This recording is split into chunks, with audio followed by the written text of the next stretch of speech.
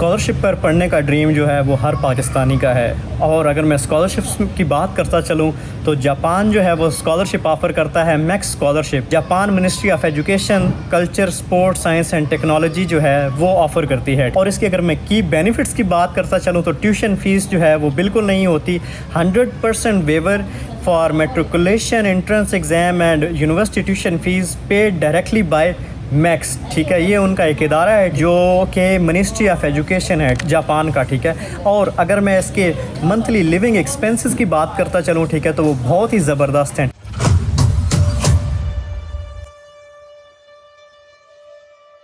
तो under graduate के लिए 1,17,000 युआन जो है जापान में आपको मंथली मिलते हैं। और अगर मैं बात करता चलूँ मास्टर्स डिग्री की, ठीक है, तो 1,44,000 पर मंथ आपको मिलते हैं। कुछ मेरे सीनियर्स जो स्टूडेंट्स होते हैं जो कि PhD और डॉक्टरेट के होते हैं, उनके लिए यही जो है वो 1,45,000 जो है वो मंथली है। इसमें एक्स्ट्रा रीजनल अलाउंस भी होता है जो 2,000 से 3,000 पर मंथ होता है। और वो हाई सिटीज़ के लिए, बड़े जो सिटीज़ होते हैं, बिग सिटीज़, ठीक है, उनके लिए वो अलाउंस होता है। ठीक है, और इस जो स्कॉलरशिप की जो बेस्ट बात होती है वो है ट्रैवल फ्लाइट जो टिकट्स होते हैं फुली कवर्ड राउंड ट्रिप जो है जापान मिनिस्ट्री ऑफ एजुकेशन की तरफ से ऑफ़र किया जाता है। इसमें अगर मैं मेन चीज़ बात करता चलूँ वो है preparatory language training. 6 to 12 month की जो है आपको इंटेंस जापानीज़ सिखाने की जो है प्रॉपर कोर्स दिया जाता है। ठीक है, अगर आपकी एकेडमिक डिग्री जो है वो रिक्वायर करती है। नॉर्मली जो है ये इंग्लिश के जो कोर्सेज़ होते हैं वो ऑफ़र किए जाते हैं। ठीक है, अगर मैं अभी बात करूं मेजर कैटेगरीज़ और एज लिमिट्स की, तो हमारे पास अंडर ग्रेजुएट स्टूडेंट्स के लिए 5 इयर्स का गैप वो भी एक्सेप्टेबल होता है। और दूसरा जो है वहाँ पे 5 साल प्रिपरेशन ईयर डाल के जापानीज़ का। ठीक है, तो ये 5 साल में आप जो है अपना बैचलर्स कंप्लीट करते हैं। एज रिक्वायरमेंट होती है बैचलर्स के लिए, ठीक है, वो अंडर 25 ईयर्स ओल्ड है। ठीक है, और अगर मैं बात करूं ग्रेजुएट और मास्टर्स प्रोग्राम की, ठीक है, तो वो 2 से 3 साल आपके लग जाता है ड्यूरेशन जो होता है आपकी स्टडीज़ का। और जो लोग इसमें अप्लाई कर सकते हैं वो अंडर 35 ईयर्स ओल्ड होने चाहिए। ठीक है, और इसमें मेन चीज़ आ जाती है college of technology specialized training. ठीक है, उसमें कुछ स्पेशलाइज्ड कोर्सेज़ होते हैं। ठीक है, तो वो जो है 3 साल के होते हैं और इसमें सिर्फ अंडर 25 के जो स्टूडेंट्स हैं वो अप्लाई कर सकते हैं। अभी इसमें जो मेन चीज़ आती है 2 प्राइमरी जो एप्लीकेशन ट्रैक्स होते हैं। ठीक है, एम्बेसी रिकमेंडेशन मोस्ट कॉमन होती है, जिस तरह अप्लाइड थ्रू जापानीज़ एम्बेसी और कॉन्सुलेट इन योर होम। पहली चीज़ तो ये होती है। ठीक है, और इसमें जो सिलेक्शन होती है आपकी, ठीक है,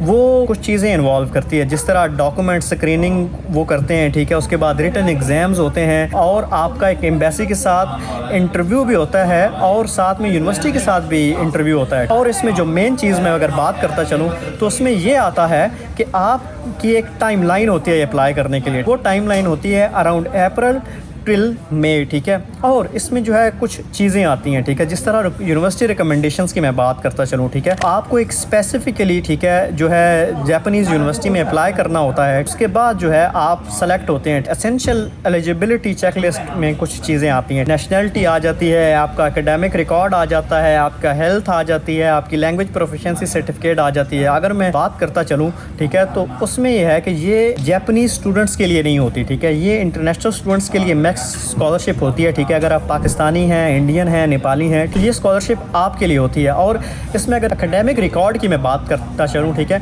तो इसमें जो मिनिमम आपका CGPA है, ठीक है, वो 2.3 से 3 के दरमियान हो, मीन्स के मिनिमम की बात कर रहा हूँ। ठीक है, अगर 3.50 है या 4 CGPA है तो ये बेस्ट है आपके लिए, स्कॉलरशिप इजीली सिलेक्ट हो जाते हैं। और मैं इंग्लिश प्रोफिशिएंसी की बात करूँ, इंग्लिश जो है वो B2 रिक्वायर्ड होती है और जो जापानीज़ होती है उसमें N2 आपका लेवल होना चाहिए। अगर आपके पास जापानीज़ नहीं है फिर भी आपको B2 इंग्लिश जो सर्टिफिकेट होता है IELTS की बेस पे आपको इजीली क्या कहते हैं मिल जाती है ये स्कॉलरशिप। और जो है इस स्कॉलरशिप की जो सबसे बेस्ट चीज़ है, ठीक है, वो ये है कि आपको बैंक स्टेटमेंट नहीं चाहिए होती। ठीक है, जब आपको बैंक स्टेटमेंट नहीं चाहिए होती तो स्टूडेंट्स जो पाकिस्तान में मिडिल क्लास फैमिली से बिलोंग करते हैं, ईजी हो जाता है। ठीक है, अपना वीज़ा प्रोसेस करना, अपने बाकी खर्चात मैनेज करना। तो हमेशा से जो है स्टूडेंट्स प्रेफर करते हैं कि उनको या तो यूरोप में कोई स्कॉलरशिप मिल जाए या फिर जापान वगैरह में स्कॉलरशिप मिल जाए। अगर मैं बात करता चलूँ जापान के पासपोर्ट की, तो ये टॉप 10 कंट्रीज़ में इसका पासपोर्ट आता है, ठीक है। वहाँ पे जो हेल्थ की सर्विसेज हैं वो बेहतरीन है, एजुकेशनल सर्विसेज बेहतरीन है, उसके अलावा सिक्योरिटी की services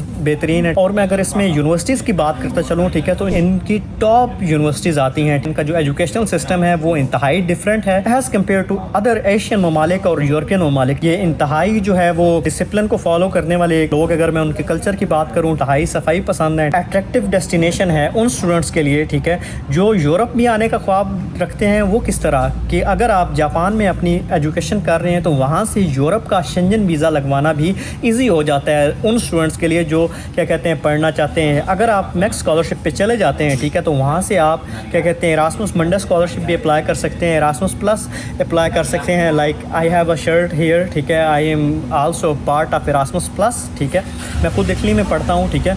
so I have grabbed mine scholarship. You should go for yours. Okay, so consult us for proper and more professional if you want to proceed your file with us. Thank you so much.